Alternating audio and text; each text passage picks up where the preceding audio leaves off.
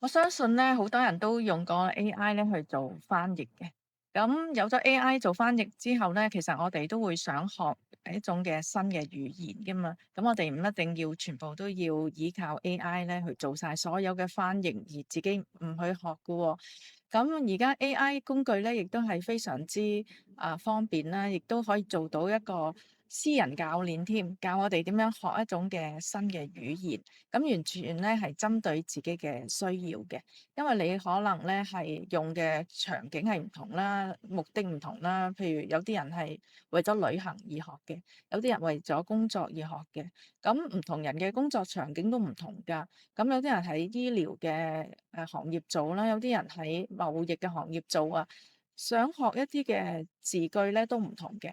咁我而家咧就係用一個 AI 免費嘅工具咧，就設計咗一個私人嘅語言教練。咁咧我可以按照自己想學嘅一啲嘅字句啦，咁跟住叫佢咧就教我同埋調整我嘅發音。咁我呢度咧就有一個嘅示範啦，咁可以睇下咧佢係點樣用嘅。咁譬如我想講一句説話，就我想吃胡蘿蔔咁樣。好，咁我撳一撳掣。咁平時咧，你用 AI 咧去寫呢句説話嘅時候咧，咁 AI 就喺度諗緊究竟你係咩意思咧？咁可能係你係咪想知道咧胡蘿蔔有乜嘢嘅營養咧？可能俾其他嘅唔同嘅即係資料你。咁但係因為我呢個係已經設立咗係一個教語言嘅，咁咧佢就會講嗰個嘅拼音嘅啫。好清楚啦，就講到我想吃胡蘿蔔嗰個普通話嘅拼音就出現咗啦。咁仲講俾我聽咧，你嘅舌頭啊、嘴啊個動作應該係點樣先可以發到呢個音喎？咁真係好好喎，好清晰啊！即係講解點樣發音嚇，仲有一啲嘅程序啦，叫我跟住去做練習啦。咁咧，我撳一撳呢個掣，就可以聽到呢句説話點樣用普通話講出嚟啦。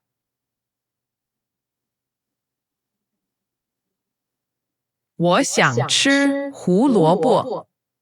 係啦。咁你再想聽就再撳多一次啦，播放。但係咧，如果你想自己發音一次，然之後由 AI 咧去睇下你嘅發音準唔準確咧，咁我哋可以撳呢個掣 Voice Tutor。呢一個咧係 Perplexity 提供嘅一個嘅工具嚟嘅，專係幫人哋咧去調教佢嘅發音嘅。All right, let's break it down. This phrase means I want to eat carrots. Listen carefully. 我想吃胡萝卜.我想吃胡蘿蔔。Now try again.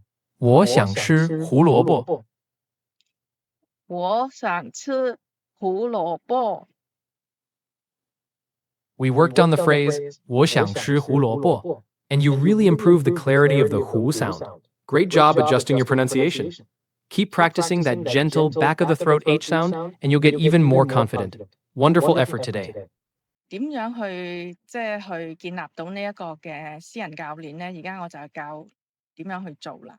咁咧，首先咧就翻去呢一個嘅 Perplexity 嗰個頁面嗰度啦，然之後見咧就有個 Spaces 嘅，呢個撳住佢咧就會出現右邊嚇。咁咧我今次咧就係去創造一個新嘅 space，create new space。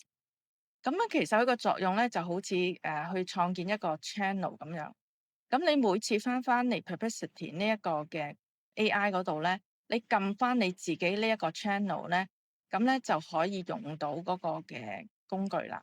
咁我俾個名佢，譬如我叫普通話老師，OK，好啦。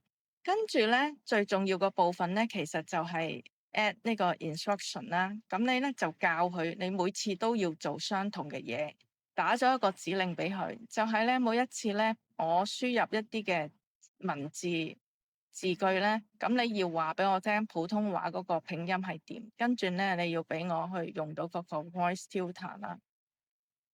咁我 save 落去。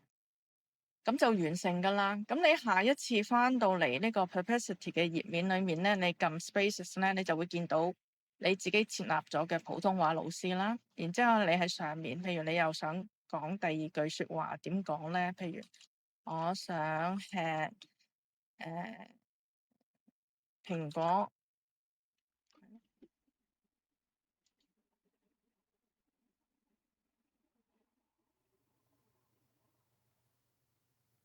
OK，咁就已經整好咗㗎啦。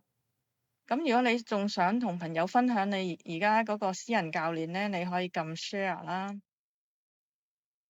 跟住咧就攞條 link，人哋攞到你條 link 之後咧，就可以去到你呢一個私人教練嗰度去用到呢一個工具啦。希望大家可以多啲去學習一啲新語言啦，亦都會幫助我哋嘅大腦更加活躍嘅。